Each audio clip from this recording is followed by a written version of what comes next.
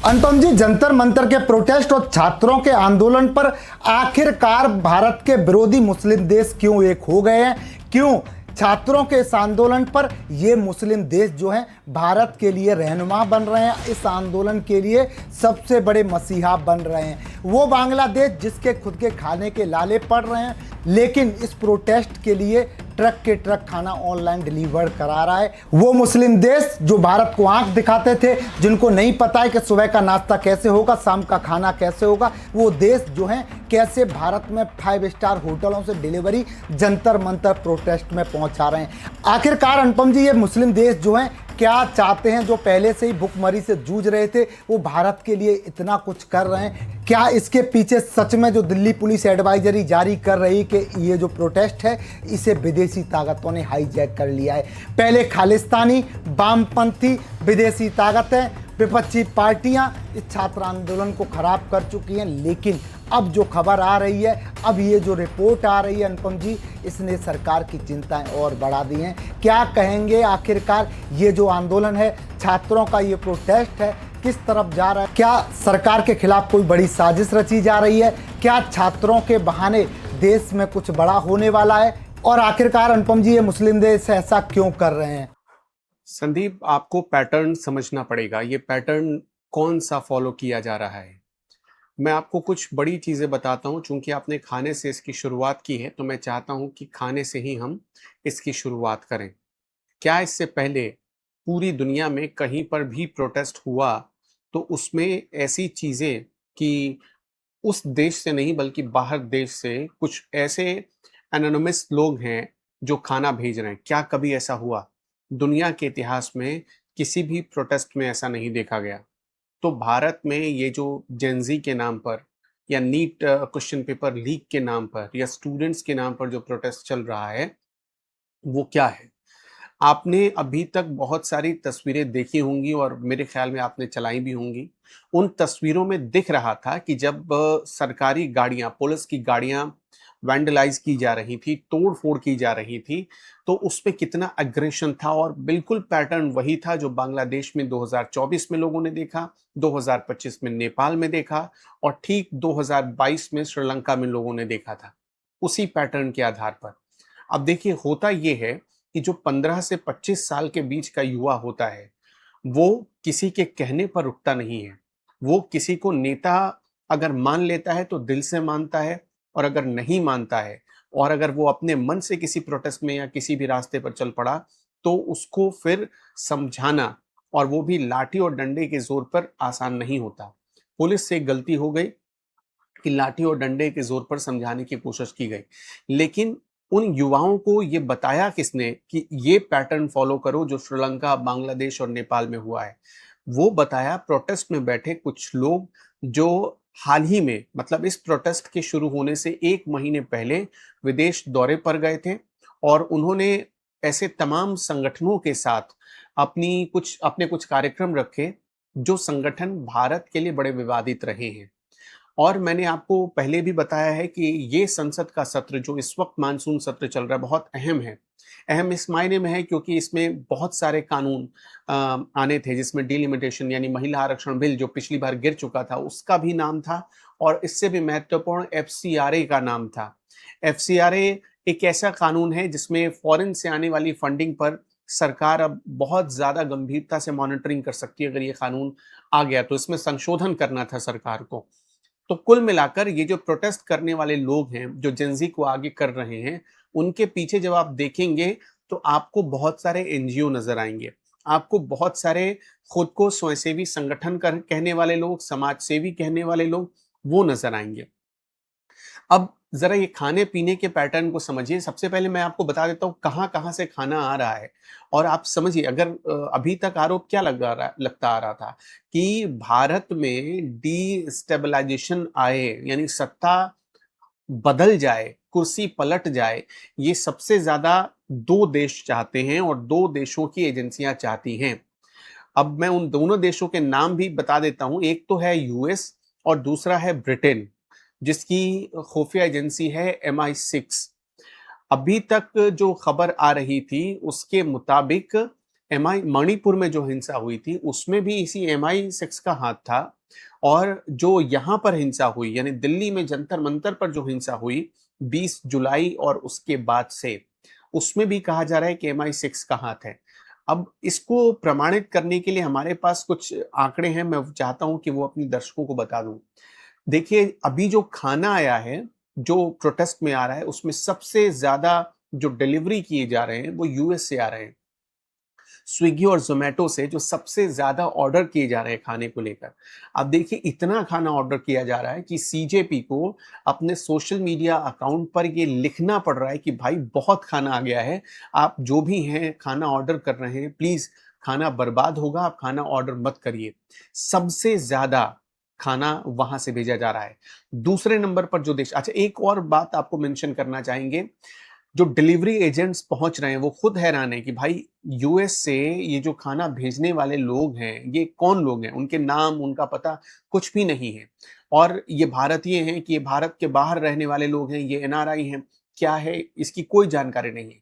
दूसरे नंबर पर जो देश है जहां से सबसे ज्यादा खाना इस प्रोटेस्ट में भेजा जा रहा है वो उसका नाम कतर है, और बल्क ऑर्डर कतर से किए जा रहे हैं। आपको जानकर हैरानी होगी बल्क ऑर्डर मतलब क्या, कि अभी तक आपने किसी डिलीवरी बॉय को देखा होगा वो 3 या 4 ऑर्डर लेकर जा रहा है, लेकिन कुछ ऐसे लोग हैं जो कतर में बैठे हुए हैं, कतर से ऑर्डर कर रहे हैं, और पता चला कि वो 100 थालियां ऑर्डर कर देते हैं एक बार में।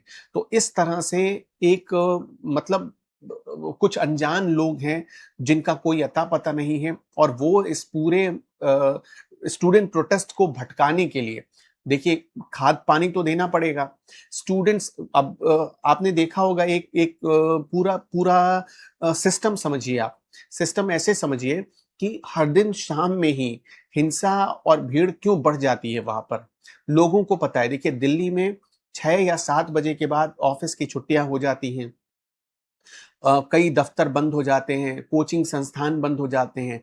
तो ये जो बच्चे आ रहे हैं, ये जो लोग आ रहे हैं, वो ऑफिस से निकलते हैं और सीधा पहुंच जा रहे हैं जंतर मंतर।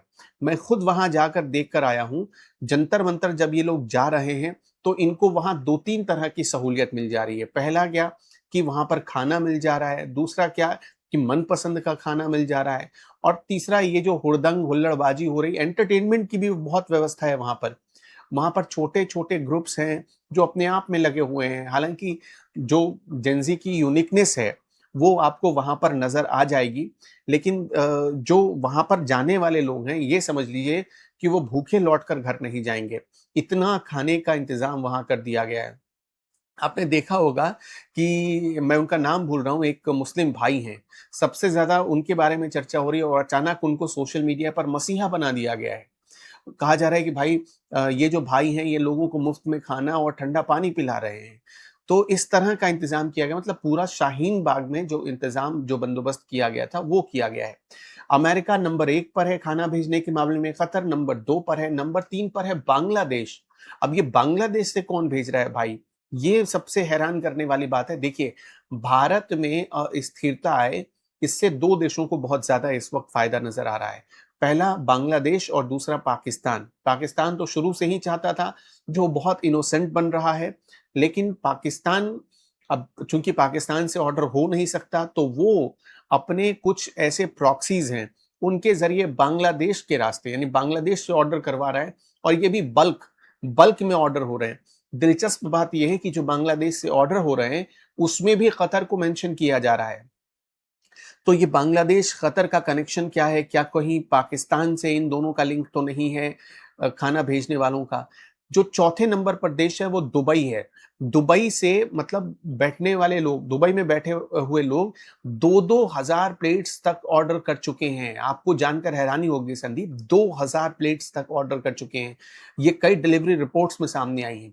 इसके बाद जर्मनी से हर दिन एक पैटर्न है, जो डिलीवरी बॉय वहां पहुंच रहे हैं, करीब 10 से 20 प्लेट्स पहुंच रही हैं हर घंटे वहां पर जर्मनी से बैठकर। तो ये जर्मनी में बैठे हुए लोग कौन हैं जो ऑर्डर कर रहे हैं जंतर मंतर पर प्रोटेस्ट के लिए, उसके बाद कनाडा में भी बैठे हुए लोग हैं जो इस प्रोटेस्ट को खाद पानी और खाना देने के लिए ऑर्डर कर रहे हैं। सऊदी अरबिया से भी कुछ पेमेंट सोर्सेस की खबर है और वहां से भी ये मतलब कहा जा रहा है कि ऑर्डर किए जा रहे हैं। अब इसके अलावा देखिए, ये सिर्फ यहां तक नहीं, अ, शंका तो इस बात पर है कि 2-2 हजार प्लेट्स एक बार में ऑर्डर हो जा रही हैं। ये सबसे हैरान करने वाली बात। इसके अलावा दिल्ली में मैंने आपको बताया कोई भाई हैं, उनके बारे में खूब आजकल सोशल मीडिया पर चर्चा हो रही है कि भाई वो जितने प्रोटेस्टर्स हैं उनको खाना खिला रहे हैं। इसके अलावा उत्तर प्रदेश, उत्तराखंड, केरल, बेंगलुरु, बिहार, इन जगहों से भी खाना ऑर्डर किया जा रहा है। ये जो एनोनिमस डोनर्स हैं, इनका नाम पता कुछ भी नहीं पता चल पाया है, लेकिन ये धड़ाधड़ ऑर्डर किए जा रहे हैं और इनको बहुत अच्छे से पता है कि भाई अगर इस प्रोटेस्ट को चलते रहने देना है, मोदी सरकार को परेशान करना है। अब देखिए, बहुत सारे लोग तो ऐसे भी हैं जो सिर्फ सरकार को परेशान करने के इरादे से ये सब कर रहे हैं। उनको लगता है कि इससे मोदी सरकार परेशान हो रही है, तो सरकार को अगर परेशान करना है तो ये बहुत जरूरी है कि खाना जो प्रोटेस्टर्स हैं उनको खाना मिलते रहना चाहिए। ये पूरी कहानी है संदीप। कहानी जितना सिंपल दिखाया जा रहा है कि अब मैं आपको एक और बड़ी बात बताना चाहता हूं। देखिए, कल ही दिल्ली पुलिस की तरफ से एक बड़ा खुलासा हुआ। 480 सोशल मीडिया हैंडल्स, पहले वो आपने कहावत तो सुनी होगी कि बकरा हलाल करने से पहले उसको खिलाया जाता है। बिल्कुल यही हो रहा है। हमारे जेनजी जो अपनी धुन में मस्त हैं, उनको ये खबर नहीं चल रहा है कि वो जो विदेश में बैठे हुए लोग हैं, उनके टूल किट बनते जा रहे हैं। कैसे? कल दिल्ली पुलिस ने खुलासा किया कि 480 ऐसे सोशल मीडिया अकाउंट्स हैं जो पाकिस्तान से हैंडल किए जा रहे हैं और इन अकाउंट्स का काम क्या है, जो प्रोटेस्टर्स हैं उनको भड़काना। एक तस्वीर कल पूरे दिन वायरल हुई। उस तस्वीर में दावा किया जाता रहा कि एक लड़की की जो 20 जुलाई को लाठी चार्ज हुआ था उसमें डेथ हो गई, जबकि उस लड़की का नाम, जो पोस्टर जो क्रिएटिव बनाकर वायरल किया जा रहा था, उसमें उस लड़की का नाम कहीं नहीं लिखा था। बस श्रद्धांजलि दी जा रही थी, 4 मोमबत्तियां लगा दी गई थी उस तस्वीर पर और पूरे दिन इंस्टाग्राम पर, फेसबुक पर, यूट्यूब पर उस लड़की की तस्वीरें वायरल की जाती रही। यूट्यूब पर भी लोगों ने पोस्ट किए तस्वीर। और सबसे दिलचस्प बात यह है कि जो गांव में बैठे हुए लोग हैं, जो कम पढ़े लिखे लोग हैं, वो उस पर विश्वास कर ले रहे हैं, जबकि वो एआई से बनाई हुई तस्वीर है, एआई से बनाया हुआ क्रिएटिव है। लेकिन लोगों को चूंकि समझ की कमी है, तो वो इस चीज पर बहुत आसानी से भरोसा कर ले रहे हैं। मैं आपको एक एग्जांपल देना चाहता हूं कि कल मैंने देखा कि ठीक मेरे बगल में खड़ा एक शख्स उस तस्वीर को देख रहा था और उस पर कमेंट कर रहा था। उस पर कमेंट सरकार को लेकर कर रहा था कि सरकार की वजह से इस लड़की की जान चली गई, जबकि ऐसा नहीं है। तस्वीर को, कोई भी तस्वीर जो प्रोटेस्ट से जुड़ी हो और जिसमें दावा किया जा रहा हो कि किसी की डेथ हो गई है, ये गलत है, ऐसा कुछ भी नहीं हुआ है। लेकिन चूंकि समझ की कमी है, 480 जो सोशल मीडिया अकाउंट्स पकड़े गए जो पाकिस्तान से हैंडल हो रहे थे, इनका काम बेसिकली यही था। ये एक तरीके से फ्यूल डालने का काम कर रहे थे, लोगों को उकसाने का काम कर रहे थे और सही वक्त पर दिल्ली पुलिस को इनके बारे में खबर मिल गई। जी संदीप।